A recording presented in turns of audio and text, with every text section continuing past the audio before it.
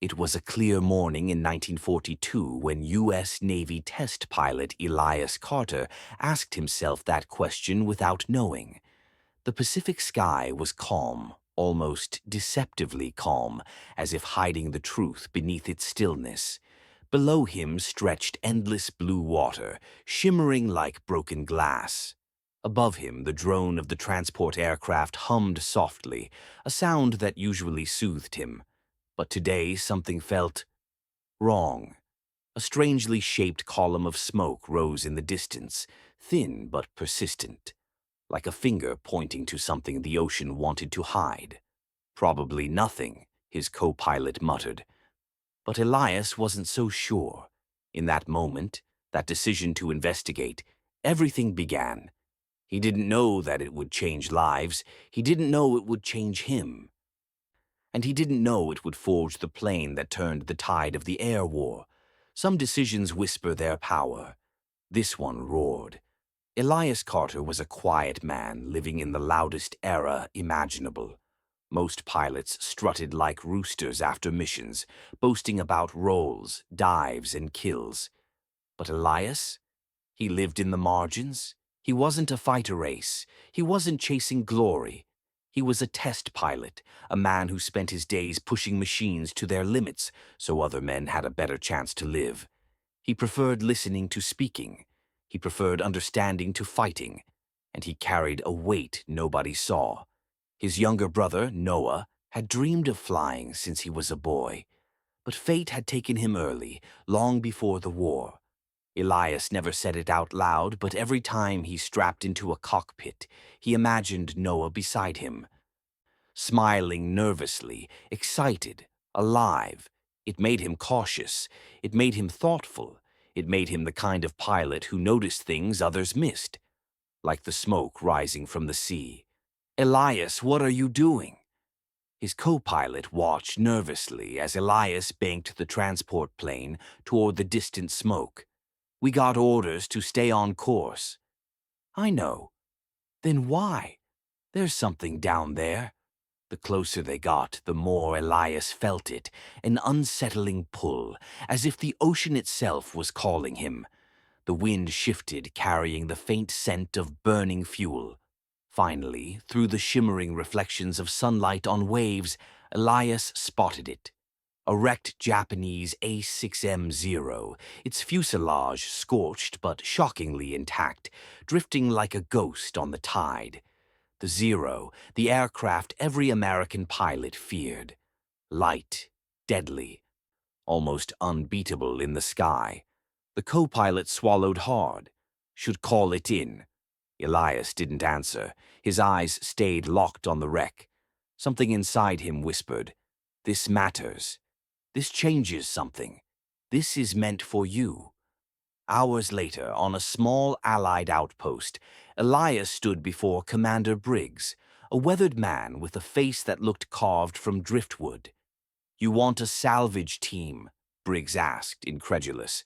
"To pull a crashed enemy fighter out of the ocean?" "Yes, sir." Briggs set down his pen and stared at him like he was insane. "Carter, you're a test pilot, not a treasure hunter." Elias didn't back down. "Sir, that aircraft is intact enough to study, maybe even restore. The Zero has been tearing our boys out of the sky.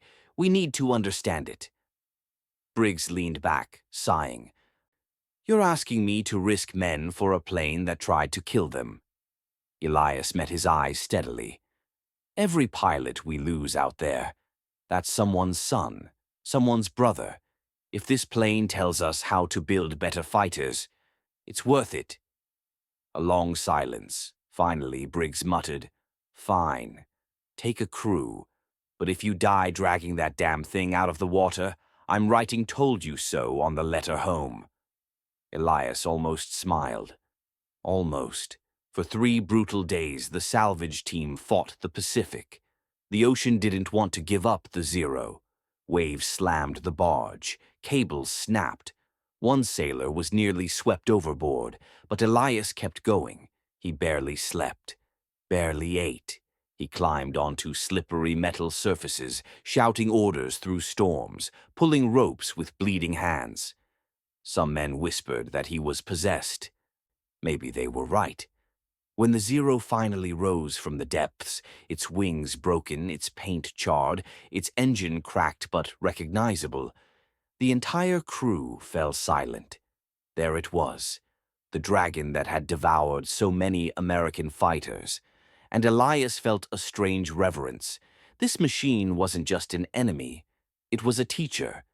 Back at a secret hangar, engineers circled the damaged Zero like archaeologists uncovering an ancient temple. "Unbelievable," one whispered. "It's so light. How does it even stay together in a dive?" Elias joined them, rolling up his sleeves despite still healing cuts and bruises. "We figure that out," he said, "and we save lives." They worked for weeks. The more they uncovered, the more awe they felt. The airflow design was brilliant. The control responsiveness was unreal. The weight savings bordered on impossible. Piece by piece, bolt by bolt, the Zero regained its shape. When its engine coughed to life for the first time, the hangar shook. Mechanics cheered. Elias didn't. He simply stood with his hand on the fuselage, feeling something. Regret? Respect? Fear? Maybe all three. When the day came to fly it, men gathered in silence. "Carter, you sure about this?" the chief engineer asked. "You're flying the same aircraft that—" "Yes," Elias said evenly. "I'm sure." The Zero leapt off the runway like a wild animal freed from a cage.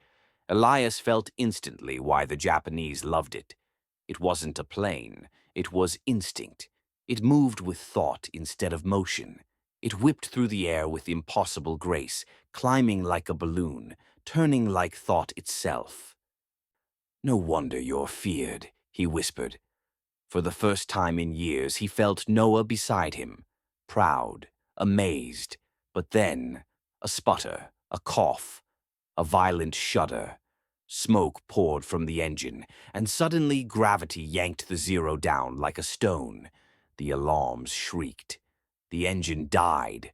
Wind screamed past the cockpit. Elias fought the stick with every ounce of strength he had. His vision blurred. His chest tightened. But a small voice whispered inside him, Noah's voice. "Don't give up, Eli. Not now." A clearing appeared below, barely big enough for a landing.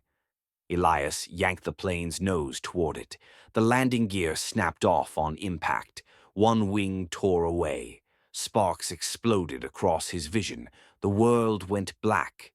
When he woke hours later, medics hovered above him, blurry and frantic.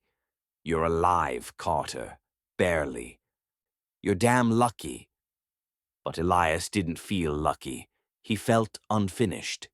Most men thought the Zero was destroyed beyond use, but engineers quickly realized something remarkable.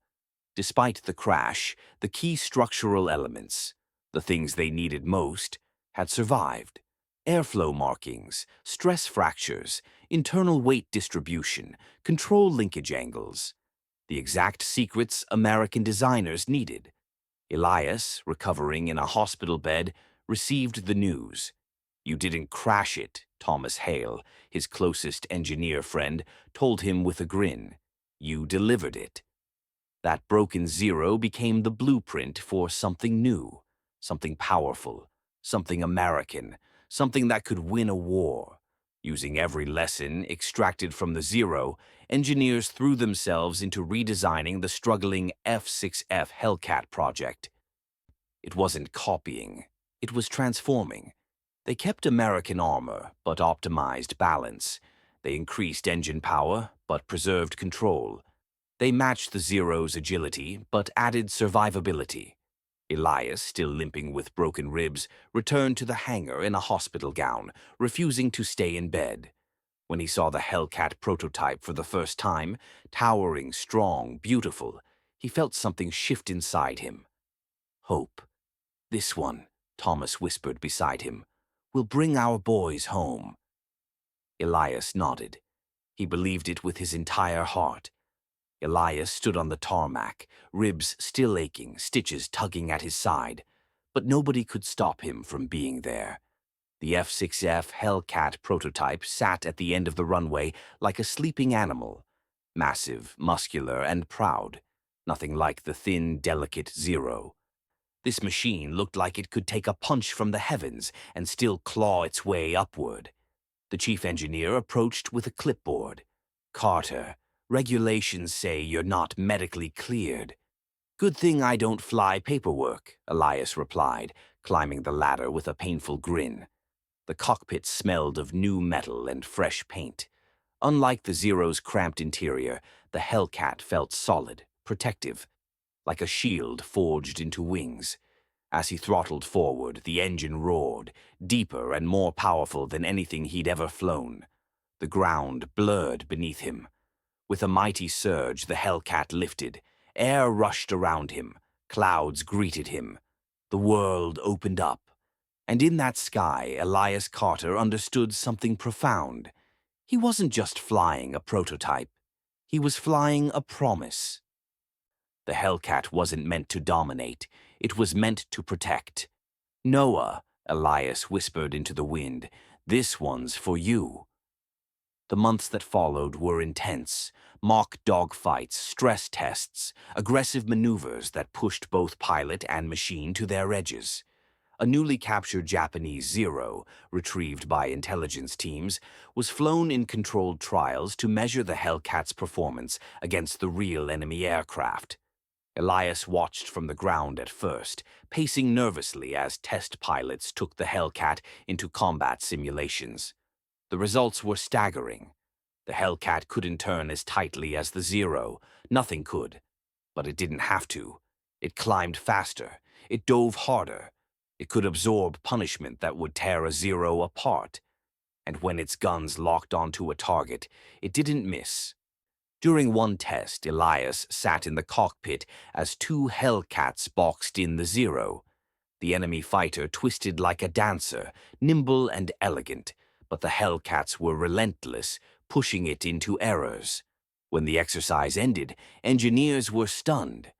"This aircraft, it doesn't fight like a plane," one whispered. "It fights like a survivor." Elias simply nodded. He knew what it meant. He knew what it could do. The Hellcat was ready for war. Late one night, while Elias was reviewing flight data in the hangar, a young man nervously approached. 17? No. Maybe 18. Barely. "Sir, are you Lieutenant Carter?" Elias set down the clipboard. "I am." The boy swallowed hard, face pale under the flickering lights. "My name's Sam. Sam Delaney. My squadron's been assigned Hellcats. We ship out tomorrow." Elias saw it immediately, the mixture of pride and terror. He'd seen it in Noah's eyes. He saw it in countless young men walking toward a future they didn't fully understand. Sam continued, "Sir, they say you're the reason this plane exists. I just wanted to say thank you." Elias placed a hand on the young man's shoulder. "Sam, listen to me. The Hellcat is strong, but skill isn't everything. Don't chase glory. Don't take risks just because you think you should. Come home. That's your mission." Sam nodded, emotions swelling in his eyes. "Good boy," Elias said quietly. "Now go make your parents proud. And yourself, too." As Sam walked away, Elias felt the familiar ache, the ache of wishing he could protect them all. The first combat reports arrived weeks later. Elias was in the hangar when the telegraph operator rushed in, breathless. "Sir, you need to read this." He handed Elias the message. "Hellcats engaged enemy Zero squadron. 7 kills, no losses." Elias stared at the words until they blurred.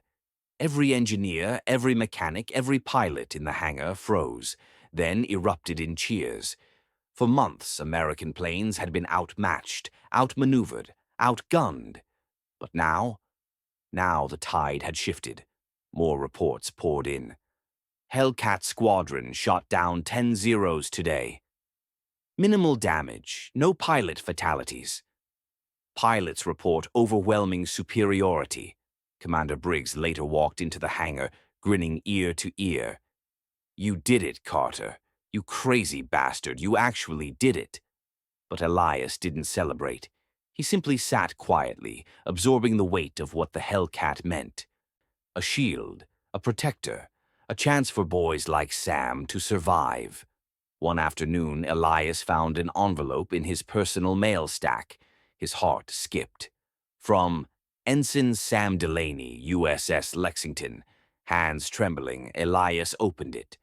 Lieutenant Carter, we faced 30 Japanese fighters this week. 30. We lost one Hellcat. They lost 19. Sir, I'm alive because of the plane you built, because of what you did. If I see my family again, if I grow old, if I have children someday, it will be because of you. At the bottom was one final line. I hope Noah would be proud. Elias felt his breath catch in his throat. He had never told Sam about Noah.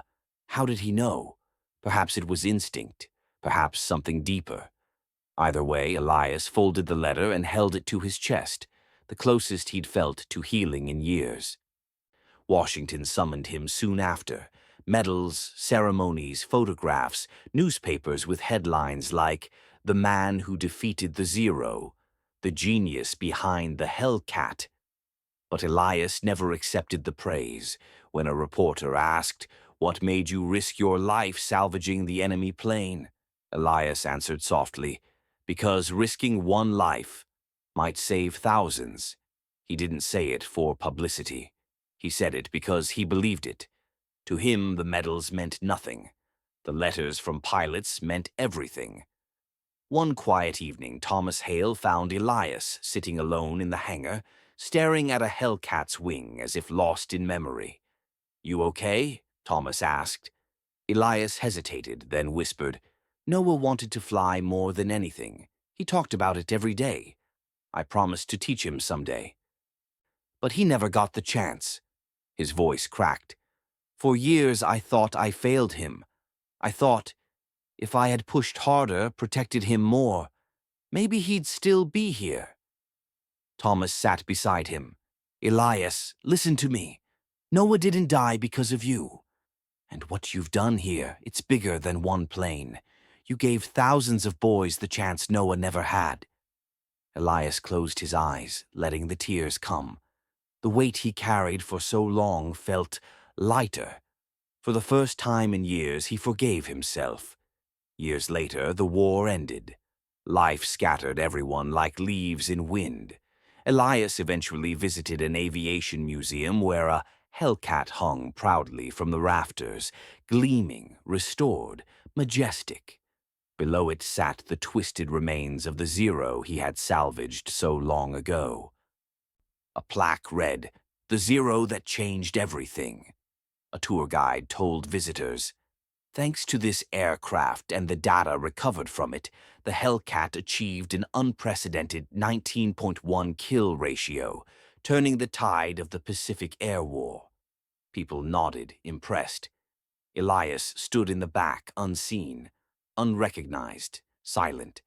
He whispered to the two aircraft, "You both took lives, but you saved them too. Maybe that's the strange truth of war." And in the quiet of the hangar, for just a moment, he felt Noah beside him again. One afternoon, Elias sat on a park bench feeding birds when an elderly man approached, leaning on a cane. "Excuse me, are you Elias Carter?" Elias looked up, surprised. "I am." The man smiled warmly. "I wondered if I'd ever find you. It's Sam Delaney." Elias stood, emotions rushing through him.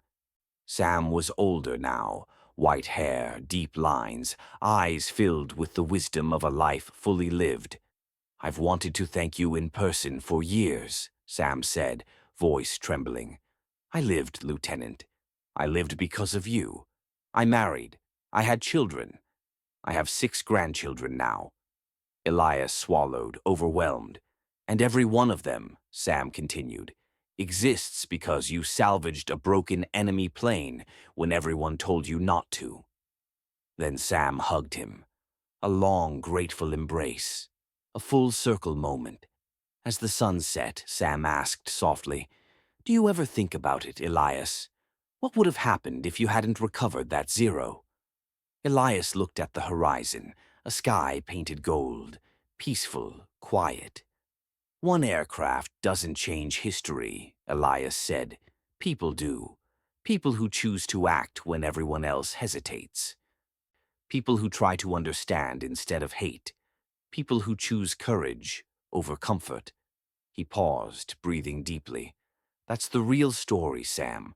Not the Hellcat, not the zero, but the lives saved, the families preserved, the futures protected."